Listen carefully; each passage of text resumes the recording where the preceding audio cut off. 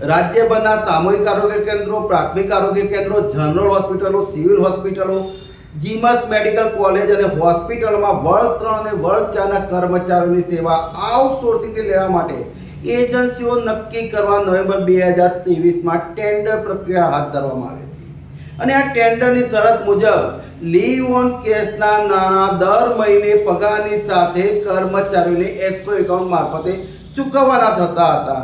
એમ છતાં ઘણા જિલ્લાઓના અધિકારીઓ દ્વારા એજન્સીઓ પાસેથી કટકી કરી ભ્રષ્ટાચાર આચરી 2 વર્ષથી લીવ ઓન કેસના નાણાં એજન્સીઓને ચૂકવવામાં આવી રહ્યા હતા।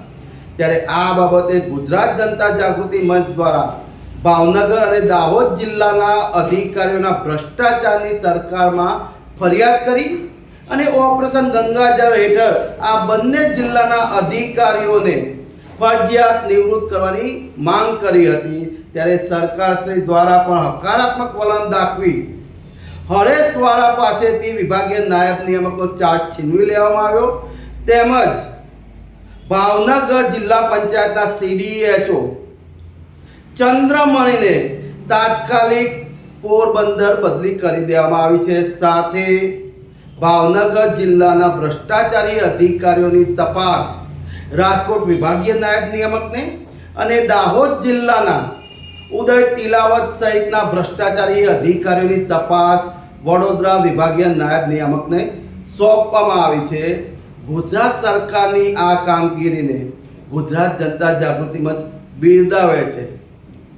હજી પણ ઘણા જિલ્લાના અધિકારીઓ લીવ ઓન કેસના નાણાં એજન્સીઓને ચૂકવી રહ્યા છે। ત્યારે આ તમામ અધિકારીઓને 31 માર્ચ સુધીનું અલ્ટિમેટમ આપું છું।